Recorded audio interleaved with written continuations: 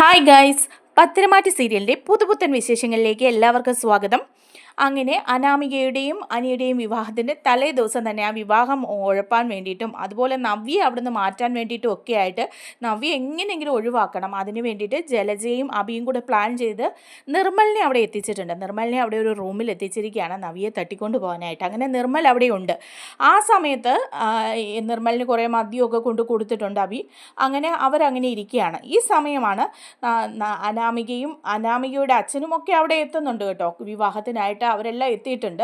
ഈ സമയം ഉപേന്ദ്രൻ ഇങ്ങനെ വിചാരിക്കുകയാണ് കേട്ടോ, എന്തായാലും ഈ സമയത്ത് അവിടെ അങ്ങ് അനന്തപുരിയിലേക്ക് ചെല്ലുകയാണെങ്കിൽ എൻ്റെ പണം എനിക്ക് കിട്ടും. കാരണം എന്താണെന്ന് വെച്ചാൽ അനന്തപുരിക്കാർ ഇത്രയും വലിയ ആൾക്കാരാണ്, അനാമികയെ വിവാഹം കഴിക്കാൻ പോവാണ്. അപ്പോൾ എൻ്റെ കാര്യങ്ങളൊക്കെ പറയാം. അനാമികയുടെ അച്ഛൻ എനിക്ക് പണം തരാനുണ്ടെന്ന് പറയുമ്പോഴേക്കും അവരെന്തായാലും എൻ്റെ കണക്കൊക്കെ ക്ലോസ് ചെയ്ത് വിടും. അതുകൊണ്ട് നേരെ വിവാഹ മണ്ഡപത്തിലേക്ക് തന്നെ ചെല്ലാം. അവിടെ ചെന്ന് പ്രശ്നം ഉണ്ടാക്കുമ്പോൾ ഒന്നെങ്കിൽ അനാമികയുടെ അച്ഛൻ പണം തിരികെ തരും, ഇല്ലെങ്കിൽ അനന്തപുരിക്കാർ തരും എന്നൊക്കെ വിചാരിച്ചിട്ട് ഉപേന്ദ്രനും കുറേ ഗുണ്ടകളുമൊക്കെ ആയിട്ട് അങ്ങോട്ട് ചെല്ലുകയാണ് കേട്ടോ. എന്നിട്ട് അനാമികയുടെ അച്ഛനെ വിളിച്ച് മാറ്റി നിർത്തിയിട്ട് ഉപേന്ദ്രൻ പറയുകയാണ്, എനിക്കിപ്പോൾ എൻ്റെ പണം കിട്ടണം.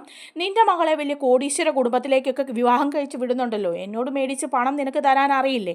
നിൻ്റെ മകൾക്ക് ഇത്രയധികം സ്വർണ്ണമൊക്കെ ഇട്ട് ഈ വലിയ വീട്ടിലേക്ക് കെട്ടിച്ച് വിടുന്നുണ്ട്, എൻ്റെ പണം തന്നിട്ട് നീ വിവാഹം നടത്തിക്കോ എന്നൊക്കെ ഇങ്ങനെ ഉപേന്ദ്രൻ പറയുകയാണ്. അപ്പോൾ അനാമികയുടെ അച്ഛൻ പറയുന്നുണ്ട്, അത് തരാം, എങ്ങനെയെങ്കിലുമൊക്കെ സെറ്റിൽ ചെയ്യുക, ഈ വിവാഹം ഒന്ന് കഴിഞ്ഞോട്ടെ. വിവാഹം കഴിഞ്ഞു കഴിഞ്ഞാൽ പിന്നെ മകൾ കോടീശ്വരിയാണല്ലോ, ഈ പണവും സ്വർണവും എല്ലാം ഞാൻ കൊണ്ടുവന്ന് തിരിച്ച് നിനക്ക് തന്നെ തരാം. ഈ സ്വർണ്ണമൊക്കെ വിറ്റിട്ടാണെങ്കിലും നിൻ്റെ പണം ഞാൻ തിരികെ തരാം, ഇതൊന്ന് കഴിഞ്ഞോട്ടെ ഉപേന്ദ്ര എന്ന് പറയുന്നു. ഉപേന്ദ്രൻ പറയുന്നുണ്ട്, കുറേ ആയി നിങ്ങളിങ്ങനെ ഇട്ട് ഉഴപ്പാൻ തുടങ്ങിയിട്ട്, നിങ്ങളുടെ കാര്യങ്ങൾക്കൊന്നും യാതൊരു മുടക്കവുമില്ല, പക്ഷേ എൻ്റെ പണം തരാനായിട്ട് നിങ്ങൾക്ക് ഇത് ഭയങ്കര ബുദ്ധിമുട്ടാണല്ലേ എന്നൊക്കെ ചോദിക്കുകയാണ്.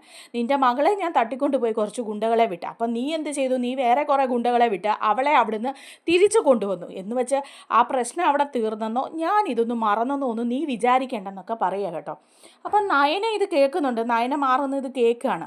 അപ്പം നയനയ്ക്ക് മനസ്സിലാവാണ് ഇവിടെ എന്തൊക്കെയോ പ്രശ്നമുണ്ടല്ലോ അനാമികയുടെ കുടുംബത്തിൽ. അനാമികയും അതുപോലെ ഈ പണമിടപാടുകാരനുമായിട്ട് എന്തോ പ്രശ്നമുണ്ട്, അതുകൊണ്ട് തന്നെയാണ് അനാമികയെ തട്ടിക്കൊണ്ട് പോയത് എന്നൊക്കെ ഇങ്ങനെ നയനയ്ക്ക് മനസ്സിലാവുന്നുണ്ട്. അപ്പോഴേ നയനയുടെ മനസ്സിലുണ്ട്, അനിയുടെ വിവാഹം മുടങ്ങരുത് ഒരിക്കലും, അനിയും അനാമികയുമായിട്ടുള്ള വിവാഹം നടക്കണം. വിവാഹത്തെ ഇത്ര വരെ എത്തി, ഇനിയിപ്പോൾ അത് മുടങ്ങിക്കഴിഞ്ഞാൽ അനന്തപുരി തറവാടിന് തന്നെ മോശമാണ്. എല്ലാവരും പിന്നെ വിഷമിക്കും, മുത്തച്ഛനും മുത്തശ്ശിയും ഒക്കെ വിഷമിക്കും. അതുകൊണ്ട് എങ്ങനെ ഈ വിവാഹമൊക്കെ നടക്കണം? ഇപ്പോൾ ഇയാൾ ഇവിടെ പ്രശ്നം ഉണ്ടാക്കി കഴിഞ്ഞാൽ അത് പ്രശ്നമാവുമല്ലോ എന്ന് ഓർത്തിട്ട് ആദർശിനോട് ചെന്ന് പറയുകയാണ് നയന. ആദർശിനോട് കാര്യങ്ങൾ പറയുകയാണ്, ഇങ്ങനെ അനാമികയുടെ അച്ഛനെ ഒരാൾ വന്ന് ഭീഷണിപ്പെടുത്തുന്നുണ്ട്, ആദർശൻ ഒന്ന് ഇടപെടണം, വിവാഹം മുടങ്ങരുത് ഒരിക്കലും, അനിയുടെ വിവാഹം നടക്കണം എന്നൊക്കെ ഇങ്ങനെ പറയുകയാണ് കേട്ടോ. അപ്പോൾ ആദർശ് അവിടെ എത്തുകയാണ്. ആദർശ് വരുമ്പോൾ ഇവർ തമ്മിലിങ്ങനെ തർക്കിച്ചുകൊണ്ട് നിൽക്കുക. അപ്പോൾ ആദർശ് ചോദിക്കുന്നുണ്ട്, എന്താ കാര്യം എന്ന് ചോദിക്കുക. അപ്പോൾ ഉപേന്ദ്രൻ പറയുന്നുണ്ട്, ആഹാ എന്താ കാര്യമെന്നോ, ഇയാളെ എനിക്ക് കുറേ പണം കടം വാങ്ങിച്ചത് തിരിച്ചു തരാനായിട്ടുണ്ട്, അത് തരുന്നില്ല. അയാളുടെ മകളുടെ വിവാഹം ഇപ്പോൾ ആഡംബരപൂർവ്വം ഇവിടെ നടത്തുന്നൊക്കെ ഉണ്ടല്ലോ, എൻ്റെ പണം തിരിച്ചു തരാനായിട്ട് ഇയാൾക്ക് ഇതുവരെ പറ്റിയിട്ടില്ല എന്നിങ്ങനെ പറയുക. അപ്പോൾ ആദർശ് പറയുന്നുണ്ട്, നിങ്ങളുടെ പണമൊക്കെ തിരിച്ചു തരാം, ഇപ്പോൾ ഇവിടെ ഒരു പ്രശ്നം ഉണ്ടാക്കരുത്, ഇവിടെ ഒരു മംഗളകർമ്മം നടക്കാൻ പോകുന്ന സ്ഥലമാണ്, ഇവിടെ ഇങ്ങനെ ഒരു പ്രശ്നം ഉണ്ടാക്കരുത്, ദയവ് ചെയ്ത് നിങ്ങൾ പോകുമെന്ന് പറയുക. അപ്പോൾ ഉപേന്ദ്രൻ വീണ്ടും തർക്കിക്കുക. അപ്പോൾ ആദർശ് പറയുന്നുണ്ട്, കൂടുതൽ തർക്കമൊന്നും വേണ്ട, ഈ വിവാഹം ഒന്ന് കഴിഞ്ഞോട്ടെ, ഈ പണം ഞാൻ തിരികെ തന്നോളാം, ഞാൻ ആരാണെന്നറിയാലോ, ഈ അനന്തപുരി തറവാട്ടിലെ കൊച്ചുമകനാണ്, അതുകൊണ്ട് തന്നെ ഞാൻ ഈ പണം തിരിച്ചു തരാമെന്ന് ഞാൻ നിങ്ങൾക്ക് വാക്ക് തരിക, നിങ്ങളിപ്പോൾ ഇവിടെ നിന്ന് പോകണം എന്ന് ഉപേന്ദ്രനോട് പറയാം. അപ്പോൾ ഉപേന്ദ്രൻ പറയുന്നുണ്ട്, ശരി, ഇയാൾ പറഞ്ഞ വാക്കിന് എനിക്ക് വിശ്വാസമൊന്നുമില്ല, പക്ഷേ സാറ് പറഞ്ഞതുകൊണ്ട് ഞാൻ പോകാം, കാരണം എനിക്ക് എൻ്റെ പണം കിട്ടണം, ഇല്ലെങ്കിൽ ഞാൻ അന്നേരം വീണ്ടും ഞാൻ വരും എന്നൊക്കെ പറഞ്ഞിട്ട് ഉപേന്ദ്രനും ഗുണ്ടകളും കൂടി അവിടെ നിന്ന് പോവുകയാണ് ചെയ്യുന്നത്. അപ്പം അനാമികയുടെ അച്ഛൻ ഇങ്ങനെ നിൽക്കുകയാണ്, അനാമികയുണ്ട്. അപ്പോൾ ആദർശിന് കാര്യങ്ങളൊക്കെ ഏകദേശം മനസ്സിലാകുകയാണ്. ഇവർ വലിയ പണമുള്ള വീട്ടിലെയാണ് എന്നൊക്കെ പറഞ്ഞ് വന്നിട്ട് ഒരു പണവും ഇല്ലാത്ത വീട്ടിലെയാണ്, ദരിദ്ര കുടുംബത്തിലെയാണ്, കിടപ്പയുടെ പോലും ഇല്ലാത്തവളാണ് അനാമിക എന്നൊക്കെ ആദർശിനും മനസ്സിലാവുകയാണ്. അപ്പോൾ ആദർശ് രൂക്ഷമായിട്ട് അനാമികയെ ഒന്ന് നോക്കുകയാണ്. അപ്പോൾ എന്നിട്ട് അനാമികയോടും അച്ഛനോടും ഒക്കെ ആയിട്ട് പറയുകയാണ്, നിങ്ങൾ ഈ കുടുംബത്തിൽ കയറി ചതിക്കുകയായിരുന്നല്ലേ, ഞങ്ങളുടെ അനിയുടെ മനസ്സ് കീഴടക്കിയിട്ട് അനിയെ വിവാഹത്തിന് ഇതുവരെ എത്തിച്ചിട്ട്, വിവാഹം വരെയായി ഇതുവരെ എത്തിച്ചിട്ട് നിങ്ങളൊരു കള്ളത്തരം പറഞ്ഞാണ് ഈ കുടുംബത്തിലേക്ക് കയറാൻ പോകുന്നത് അല്ലേ എന്ന് ചോദിക്കുകയാണ്.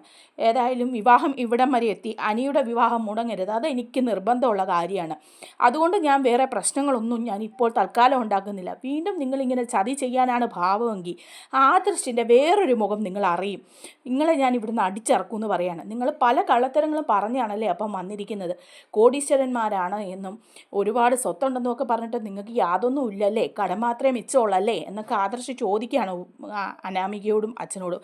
അപ്പോൾ അവരിങ്ങനെ പ്രശ്നമൊന്നും ഉണ്ടാക്കരുത് കേട്ടോ, ക്ഷമിക്കണം, അങ്ങനെയല്ല ഇങ്ങനെയാണ് എന്നൊക്കെ പറഞ്ഞ് ഇങ്ങനെ തർക്കിക്കുകയാണ്. ഏതായാലും ഈ വിവാഹം ഇവിടെ മുടങ്ങാൻ പറ്റില്ല, അത് അനന്തപുരി തറവാടിന് തന്നെ മോശമാണ്, അതുകൊണ്ട് തൽക്കാലത്തേക്ക് ഞാൻ ഇതൊക്കെ ക്ഷമിക്കുകയാണെന്നൊക്കെ ആദർശ് അവരോട് പറയുന്നുണ്ട് കേട്ടോ.